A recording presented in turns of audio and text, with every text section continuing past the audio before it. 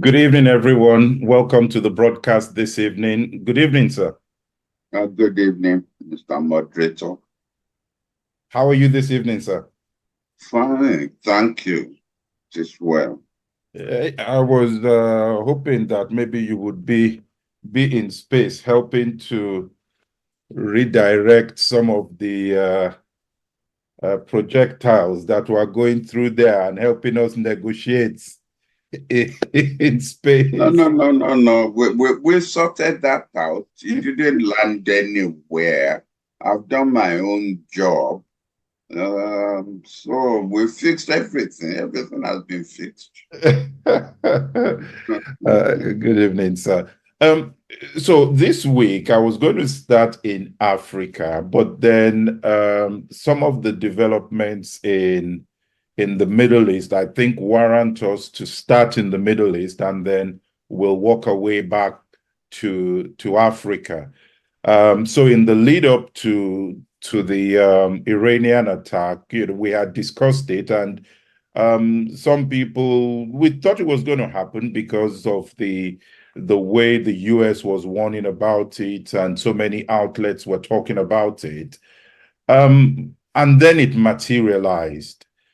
Um, Sir, are there any winners in what has happened or any losers in what has happened? I'd like to hear your views about that attack, sir. Well, you talked about an attack. You talked about it materializing. I wish William Shakespeare were alive to write a play on how black is white and white is black. And maybe Wole Soyinka will still write a play. The fact is, Iran told the Americans precisely what she was going to do. She gave the Americans sufficient notice so that the Americans could pass that notice on to the Israelis. The Iranians told everybody what kind of weapons they were going to use, what kind of weapons they will not use. I would not even be surprised if the Israelis did not give the Iranians the exact coordinates that where their base is, and so they could, where the base is, and that's where the rocket will land, so that there will be no damage. Everything was coordinated. So it wasn't an attack. It was a game. They all played the game. What's surprising, they even used I think that kind of rocket that took hours to get to Israel, so that Israel knew it was coming. Israel was prepared for it. It's not one of these rockets that took, 10 minutes to get to where it was going. No, in 3 hours. So they all played the game with us. Fine. I don't mind them playing a game with themselves. What I'm angry about is that they must think we're all fools, because the Israelis are claiming victory that, oh, they shot down all the rockets, they shot down all this, they shot down all that, they defeated Iran, even the Americans and the British who always follows, the Americans like a lapdog. I also say yes, uh, everything went according to plan. And now Israel is now saying, oh, they cannot allow this to pass without retaliation, that they must retaliate. And it's at this point now that the Iranians are now saying, don't try. We've played our game. We've bribed the referee, so the referee knows when to blow the whistle. Now don't try. So, to me, it's, as I said, what I just can't understand is the Iranians and the Americans and the Israelis, everybody telling the whole world as if it wasn't a game they played, with us. Already I am starting to see the real signals of impending doom. And that is the exchange of rockets between Hezbollah and Israel. Because normally, Israel will not want one soldier to be touched. And yesterday, 3 rockets flew from southern Lebanon straight to Israel and either injured or killed 3 Israelis. Now, let's see what Israel is going to do, because that's when you would then know that the game is over. So there are some aspects of what we do know happen, even though we could say it's a game, but some of the aspects of it that I think maybe it's worth delving into a little bit. Number one, the fact that a significant amount of the missiles used by Iran failed outright. Some of them even landed in Iraq. So that's the first thing. Is this showing us that Iranian capability may not be as strong as they think it should be? And now it's becoming a little obvious that, yes, some would get through, some wouldn't. And then the second part is what seems to be the evolving coalition of allies, if you will, that we've seen here. Number one, the Iranian missiles came from Iran. Some of it came from Iraq. Some of it came from Yemen, we understand. And then you see Jordan siding with Israel somewhat because of the peace agreement. What do you think about those 2 points, sir? Is Iranians' capability overrated because of what has happened? And then this role of countries that are now aligning themselves with the parties they want to align with in this struggle? Well, as I've often warned on this program, we should be careful of propaganda. It is in the Washington Post that this news came about several Iranian rockets. Some not even leaving their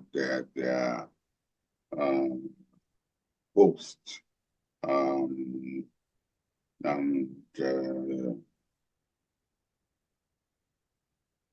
is that true? I don't know. I don't know.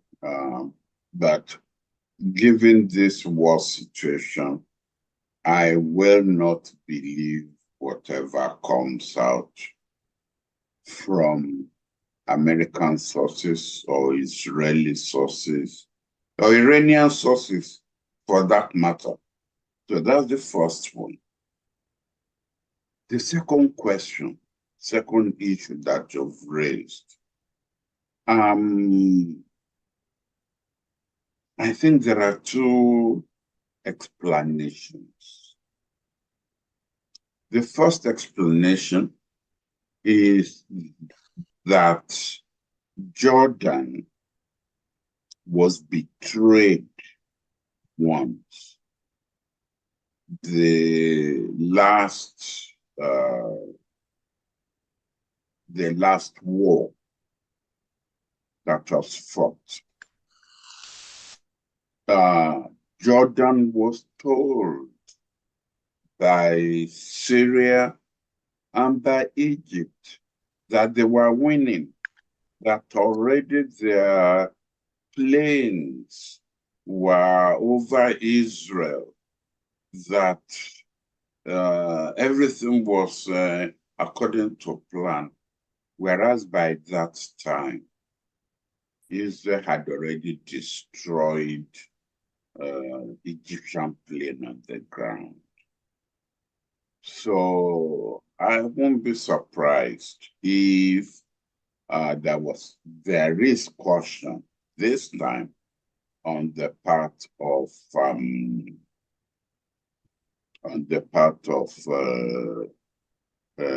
Jordan, and this is really what led to the loss of Jerusalem, because before then Jordan was in charge of the half of Jerusalem. Go way, way, way back. Go way, way, way back. At the end of the First World War, when the Ottoman Empire was destroyed, and that whole place, was carved up. Jordan and Iraq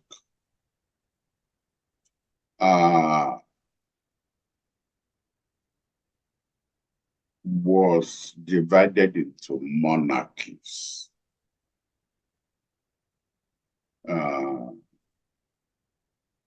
And there was then a revolution. And the king of Iraq, who was related to the king of Jordan, was assassinated. Well, his entire family was wiped out. Jordan managed to escape that assassination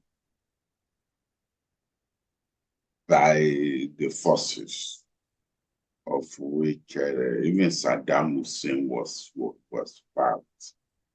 So I will not be surprised if the king of Jordan still feels again the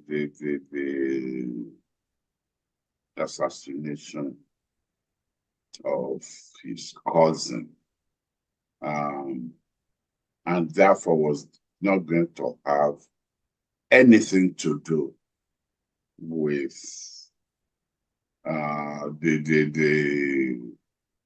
this war, particular war. Number three, again, don't forget that Iran is still a Shiite country, while Jordan is a Sunni country. And the same thing goes for Saudi Arabia, Qatar, and so on. There is still that division, that religious division. So all this will come into play, presumably, when those who take decisions need to decide on what side of the war are they going to plant their feet. So that is the way in which I will explain the reason for the coolness of Jordan and the coolness of other Arab countries. One last question. There was some news that came out earlier on today, and this was in relation to Qatar, because Qatar had been playing quite a significant role in the mediation between Israel and Hamas. And at one point, I think we even talked about it on this program, at the kind of role that Qatar was playing in that mediation and how significant it was.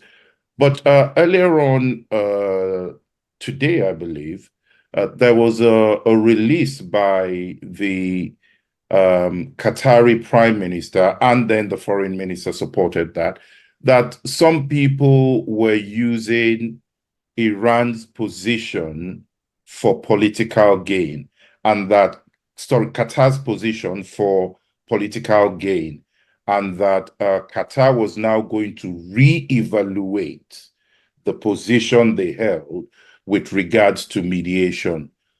What is your view on Qatar pulling out of the mediation between Israel and Hamas? You see,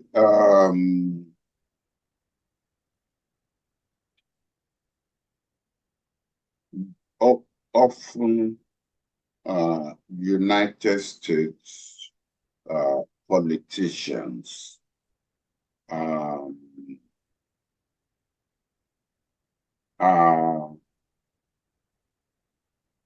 incapable of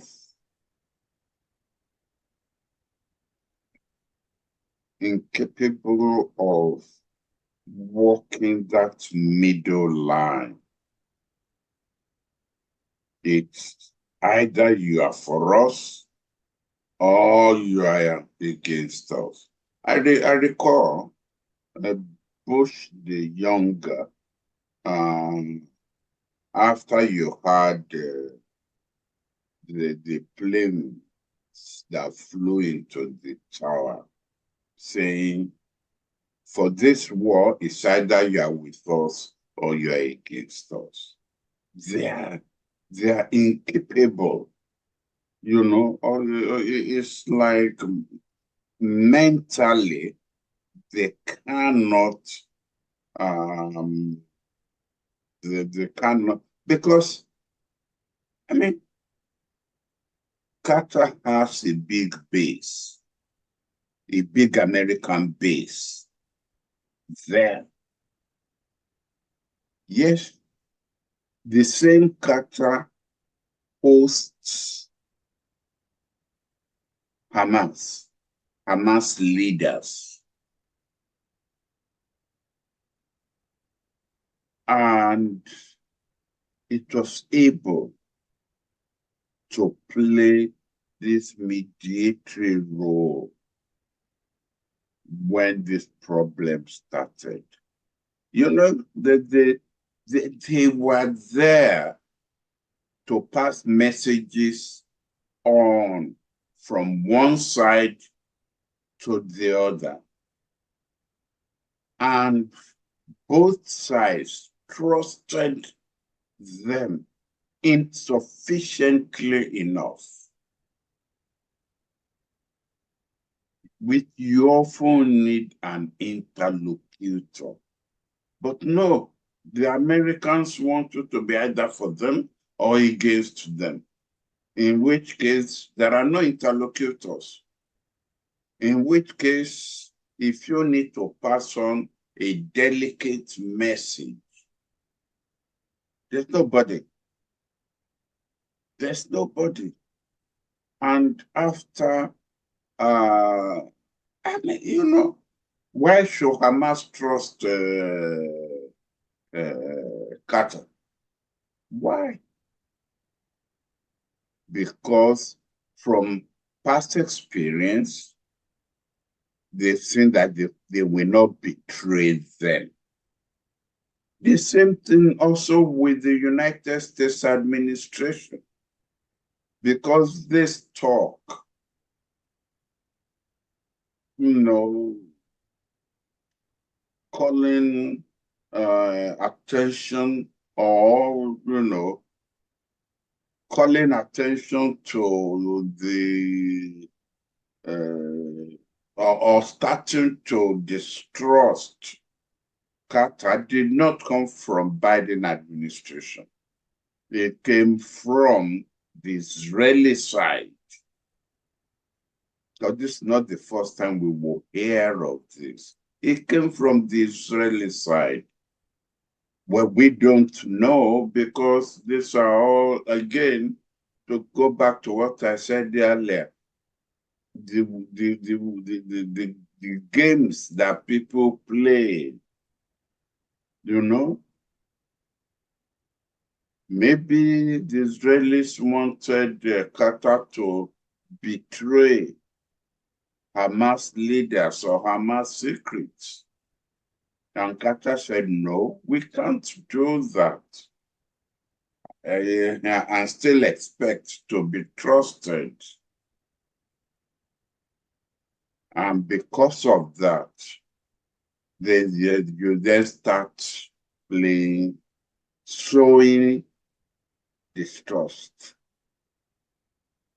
It will be, I mean, if Qatar decides to pull out of its mediatory role, I think that it will be a loss for all sides. For all sides. We always need interlocutors in any crisis that we have. If there were to be an escalation in the war in the Middle East, sir, to what extent do you think that the Abraham's Accord and the peace agreements that are in place would hold up? Would it be a real test of how strong that accord is between Israel and some of the parties that Israel has succeeded in getting to agree, not just to the Abraham Accord, but to the other accord, because there's a peace accord between Jordan and Israel as well. To what extent do you think that those kind of agreements will help the process if the war were to escalate? I think you're asking a very difficult question, because the magnitude of the war that will break out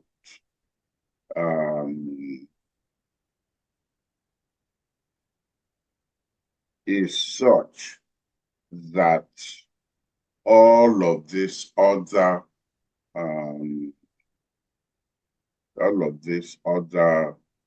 peace treaties will not be able to withstand the war. that will, I mean, it's like asking if a world war breaks out, whether alliances would will withstand problem, will withstand the pressure that will come from the world war.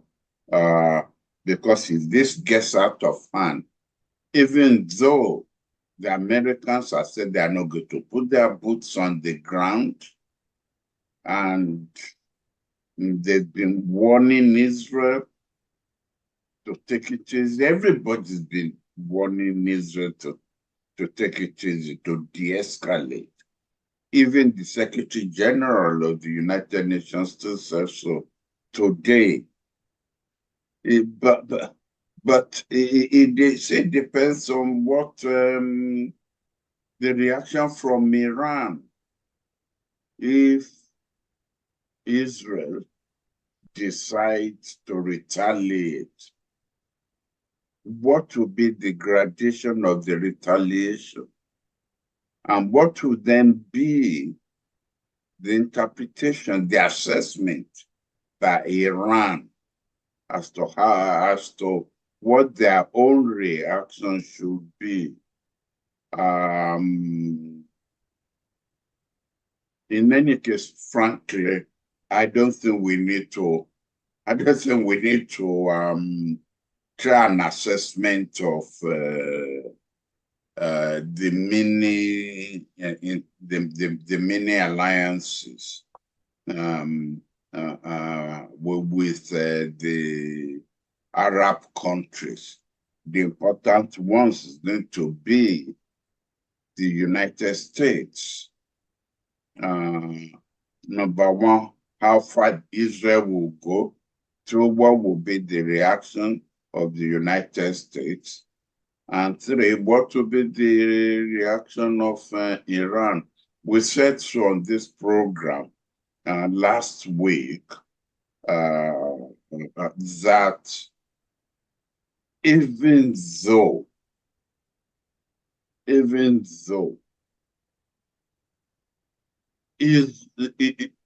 Iran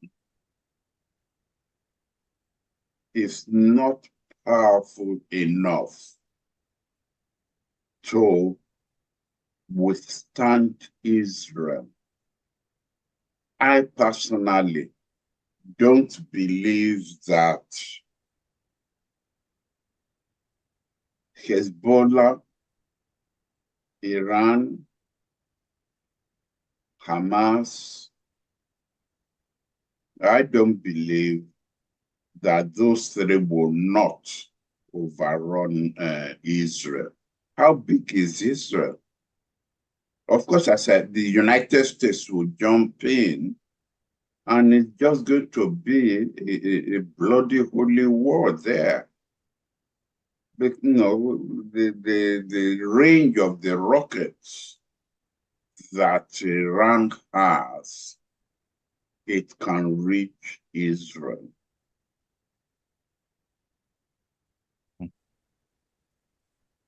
All right, so let me ask one last question, and then we leave this case. We go to some questions relating to Africa that I really want to put to you. But this last question is about the fact that Spain is now spearheading a cause for the EU to formally recognize Palestine.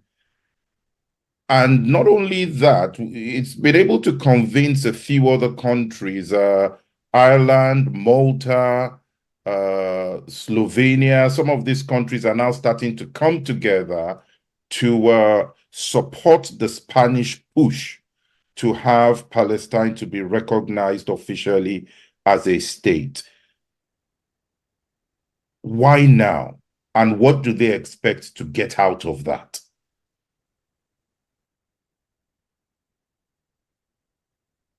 Well, we've had a development within the last few hours in the United Nations.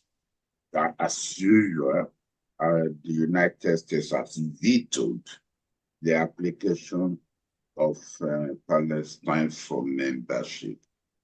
So that closes the angle of the United Nations. But with the EU,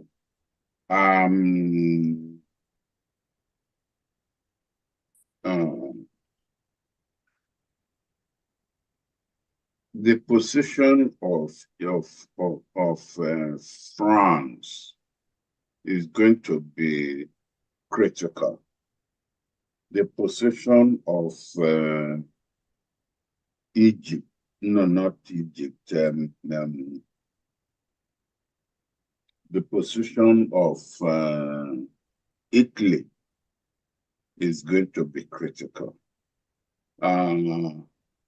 Yes, I take cognizance of the weight of the countries that you have mentioned. I don't think that Spain has gone into this because of what it can benefit. Frankly, who can benefit anything from the Palestinians now? Nobody. If anything else, you are going to lose a lot, because Israel has very powerful allies, and those allies are capable of inflicting, even if it's only soft,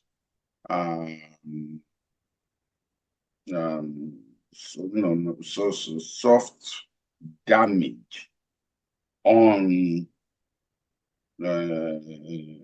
Spain. So, but I just believe that Spain simply feels that it has had enough of the arrogance of Israel. That's my own interpretation, that it has had enough of the arrogance of Israel, and that there is now need to have people who also will speak up for the Palestinians. I used a Nigerian or an African proverb last week, that be careful that you don't climb the tree beyond the leaves, or else you know what will happen.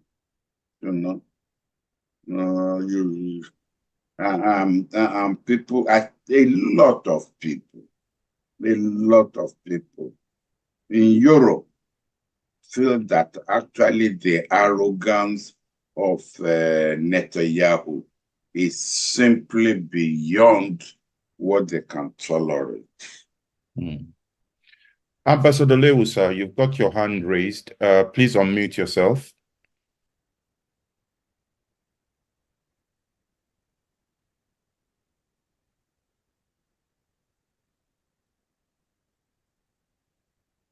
Go ahead and unmute yourself. Thank you very much. With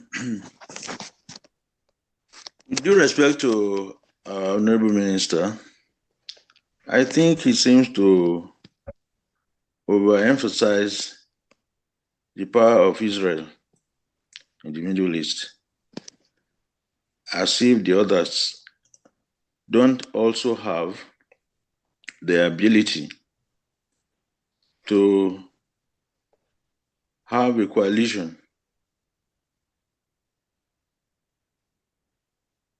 which will involve perhaps Russia, China, North Korea, in helping Iran. In the recent event that happened on the 13th, without the help of the US, UK, and Germany, and France too, a lot of the missiles that penetrated the so-called ironclad dome would have done more damage than the little that had happened.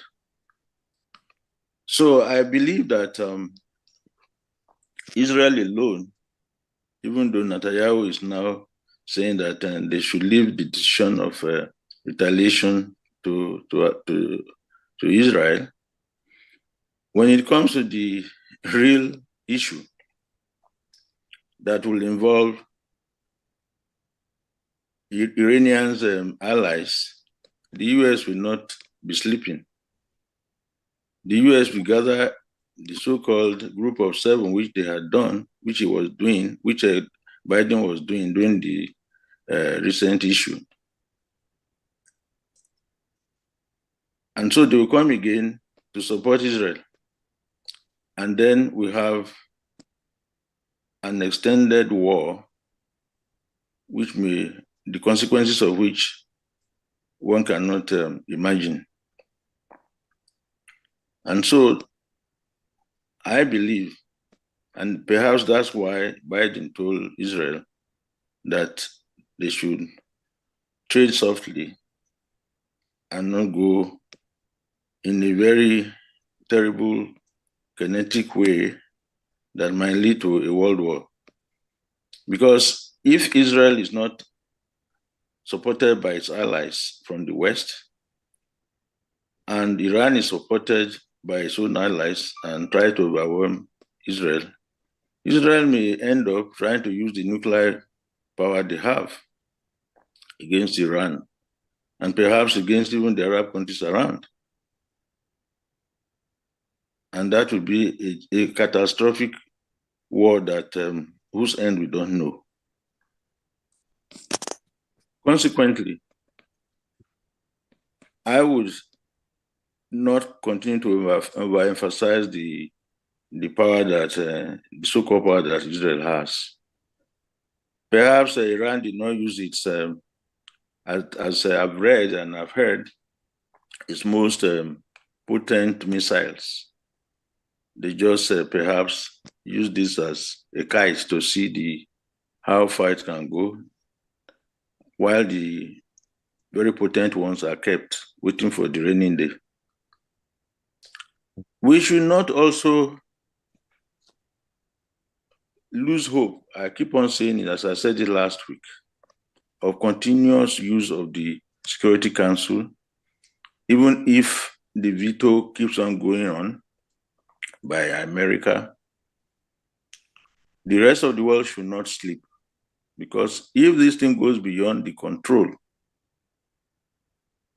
of Israel or Iran and goes beyond their boundaries, I'm afraid the whole world will be involved.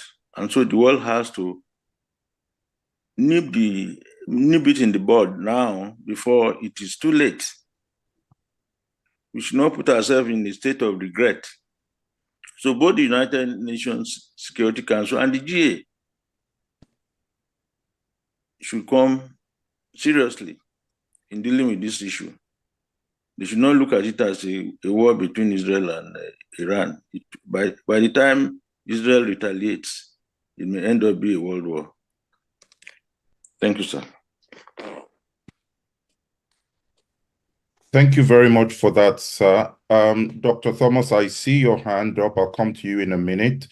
I have a comment here from Toby Adeumi. Sorry again, I don't know the names, I don't know the title, so if I don't give you the right salutation, please forgive me. I'm just going by the names that I can see on here. So this is from Toby Adeumi. It's actually a long one, and he outlines, or she, I don't know, outlines 3 options for Israel, and they all come at different prices. One is a high-risk option, which is to hit Iran's nuclear assets or her military formations, and that would possibly end up in a full-blown Middle East war. The medium-risk option is to neutralize other Iranian commanders outside Iran and key leaders of Iran-backed groups like Hezbollah and the Houthis. Possible consequence, retaliation from the proxy groups with increased arms smuggling to border countries. And then the low-risk option is a cyber attack on Iran's financial and energy infrastructures, or pressure NATO and G7 countries to increase trade bans on Iran. And the possible consequence of that outcome is retaliation from Iran and its allies, but it gives more time for diplomatic efforts at de-escalation. Thank you very much for your comments, Tobi Adewumi. And I also have another comment here from Ambassador Igali. This is regarding the position that Spain is taking. Prime Minister Pedro Sanchez has always championed Palestinian cause in his political life. Besides, under his leadership, Spain has tried to pursue an activist foreign policy, including having a strong voice in the search for a two-state solution in the Middle East. He believes that supporting Palestinian recognition within Europe and attempting it in the UN is a step in that direction. Thank you, Ambassador, for your comments there as well. Dr. Dako Thomas, can you please go ahead and unmute yourself, sir?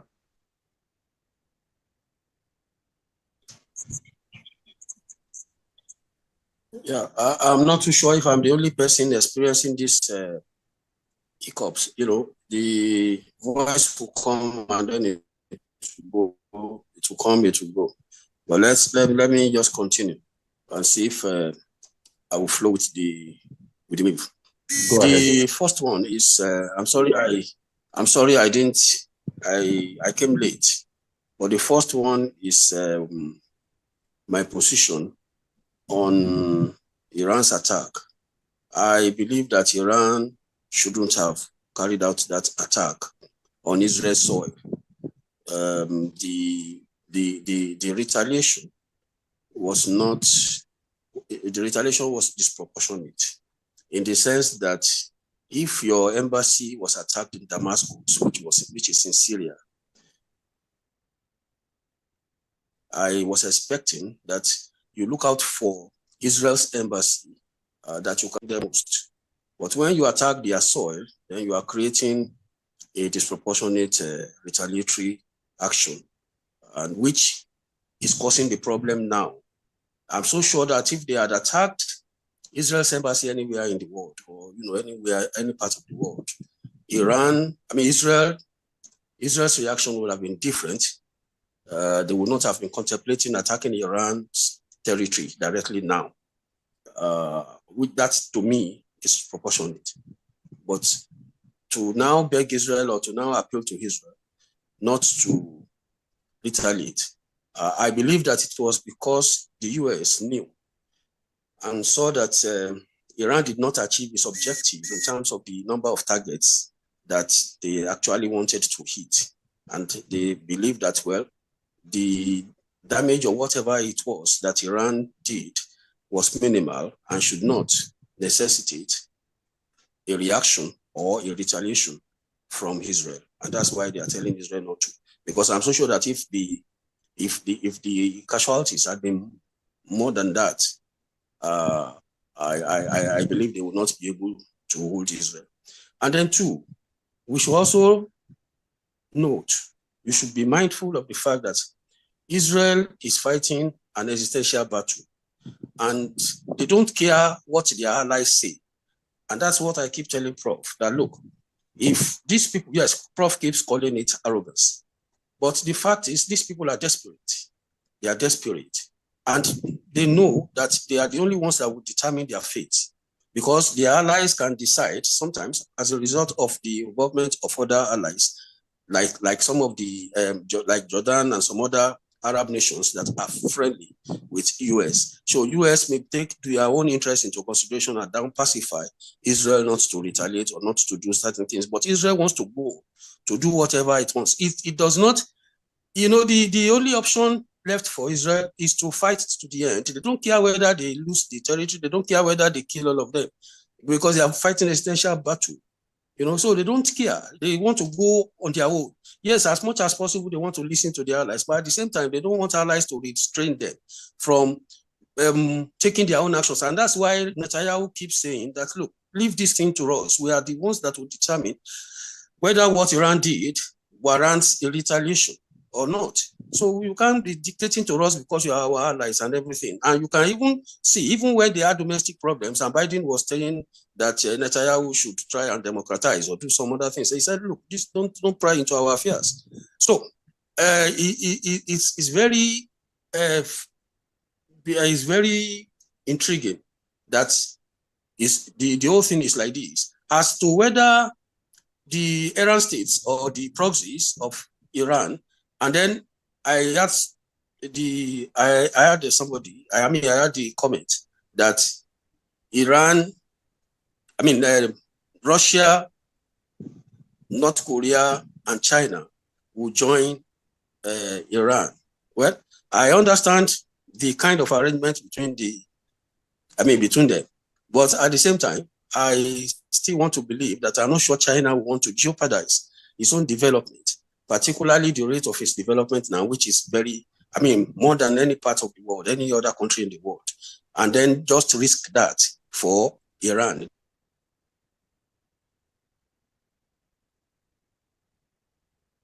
Thank you very much, sir. Quickly. Option one that Dapo spoke about is a non-starter.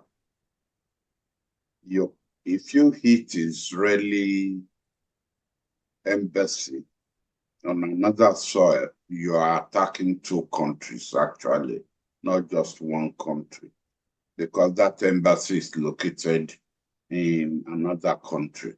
So that other country is going to take it that you've attacked it. So that's a non-starter. Number two, I thought we sorted this out. The United States is the main backer of Israel. All this talk about Israel saying don't meddle in our affairs, when as soon as Biden says stop it, the next thing is American planes landing with American weapons in Israel. Netanyahu knows what he's doing. I want to see any other country that stands up to the United States. They will have cut up those weapons and the money a long time ago. Every month, the amount of money that the United States sends to Israel to maintain the Israeli economy, America doesn't do it to any other country. So in a way, we're talking about again, I will repeat, because frankly, the rudeness of Netanyahu, for example, to Obama, America would never have taken that from anybody else. He was openly rude to Obama. But because of the strength of the Jewish vote, Jewish economy, Jewish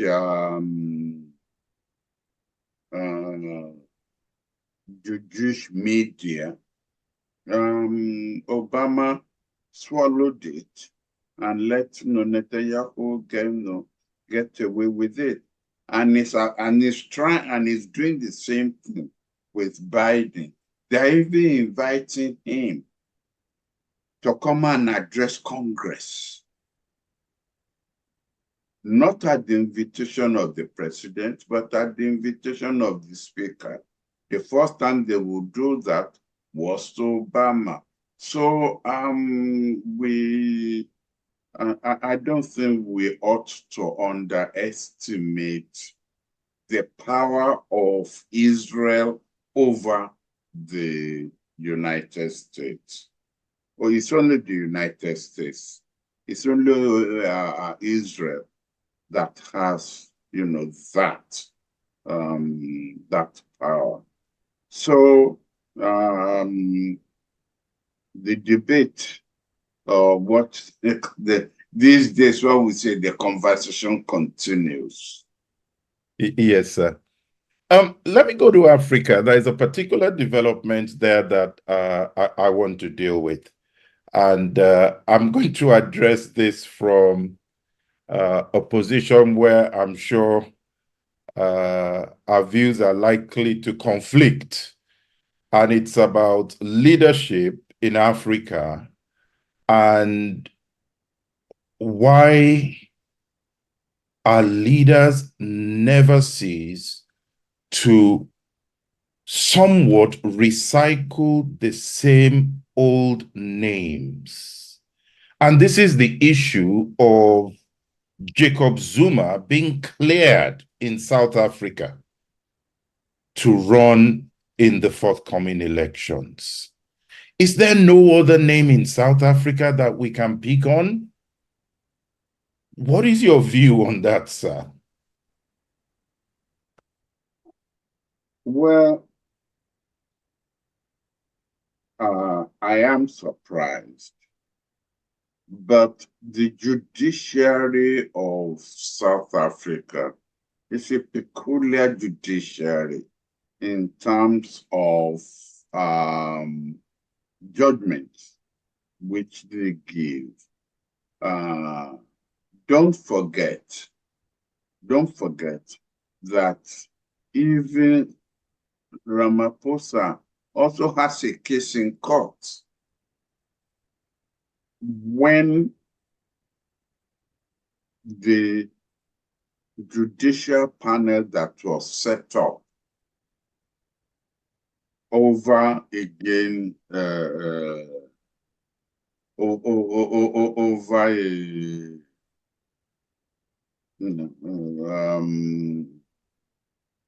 the issue of the sale of cattle to some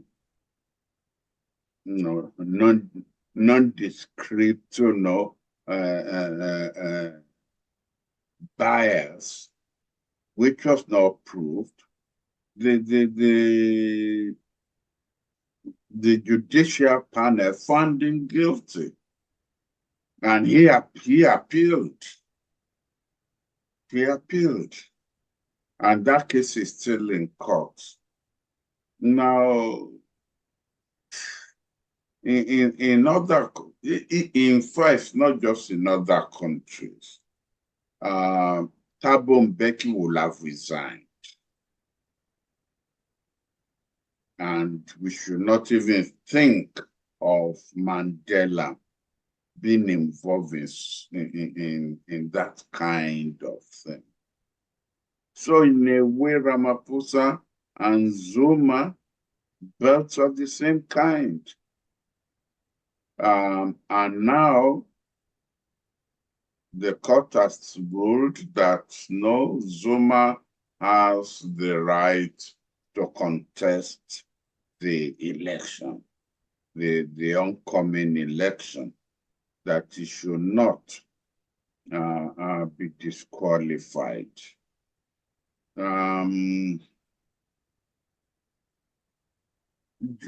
judiciary, well, we inherited I don't even know from what civilization we inherited the kind of judiciary that we inherited. Take Nigeria itself.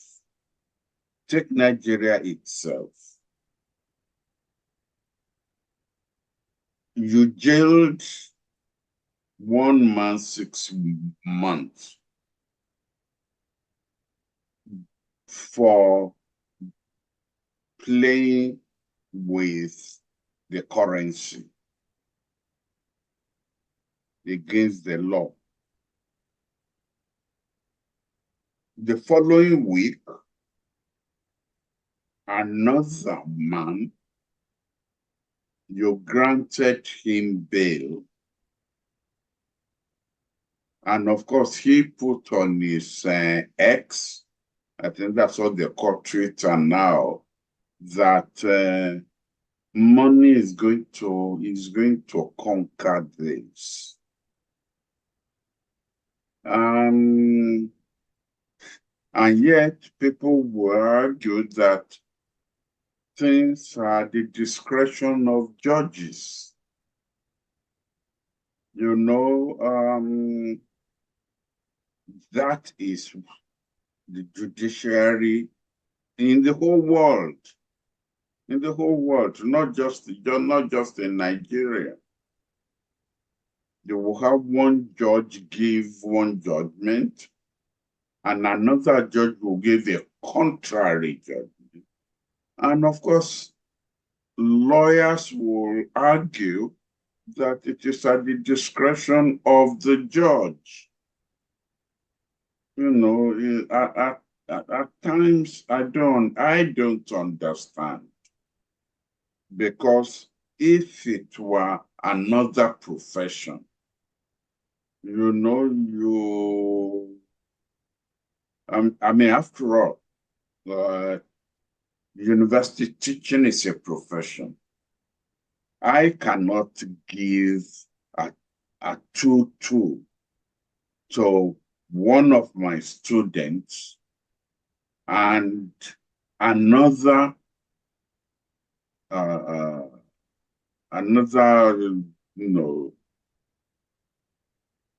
professor gives a first class to that same student, and it is said, well, that's the judgment of the professor. That's the way he sees it. We don't do that.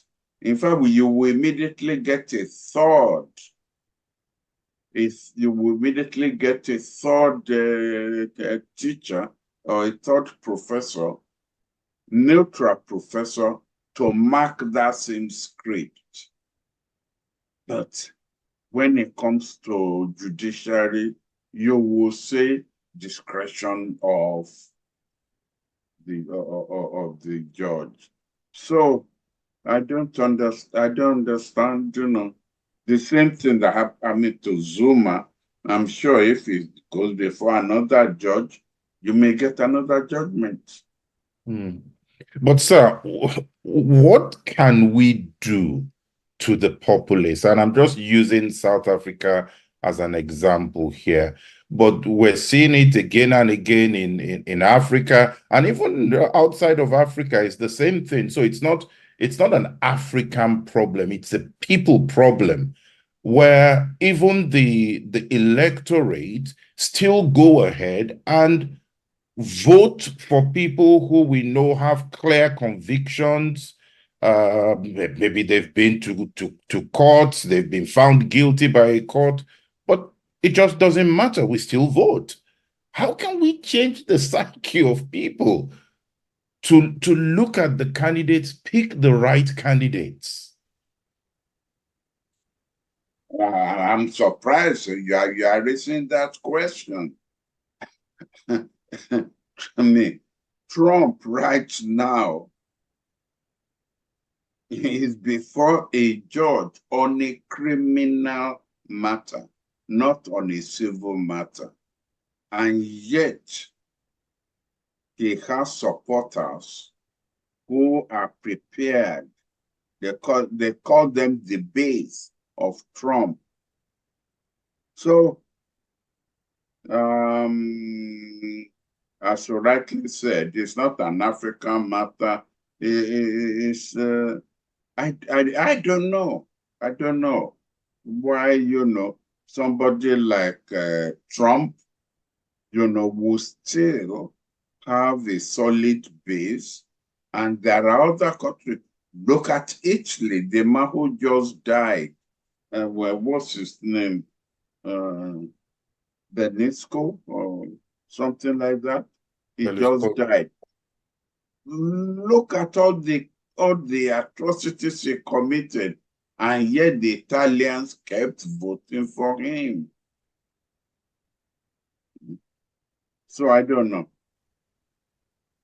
Well, I guess we'll continue to fight the battle of educating the populace to see how we can change that narrative. I wish we had sociology experts or something like that who can throw more light on this kind of human behavior. But on that note, sir, I won't take you too far over time today. It's 4 minutes past the hour. Thank you very much, sir. Thank you to everyone who has joined for your contributions. We'll be back same time next week, 7 p.m. Like I said last week, we are also live on YouTube at the moment. So for those who are watching on YouTube, thank you for joining on YouTube. And those on Zoom, please don't forget to subscribe to the YouTube channel so that you get that notification and you can see the recordings of these sessions, which are all on our YouTube channel. So thank you very much. Why can't it be free on YouTube? It is free on YouTube, sir. So why are you asking people to subscribe? No, subscribe doesn't require payment, sir. It's just... You see an old man? Apologies. Well, yeah, fighting in the interest of the people, that's fine. That's what we expect our leaders to do. Yes, but no, YouTube is free. Okay. Yeah, so just search thruMYeyes, Professor Bolaji Akinyemi. You would see the YouTube channel and you get the notifications and you can see the recordings from there. So on that note, thank you, everyone, and we'll be back next week. Good night. Good night.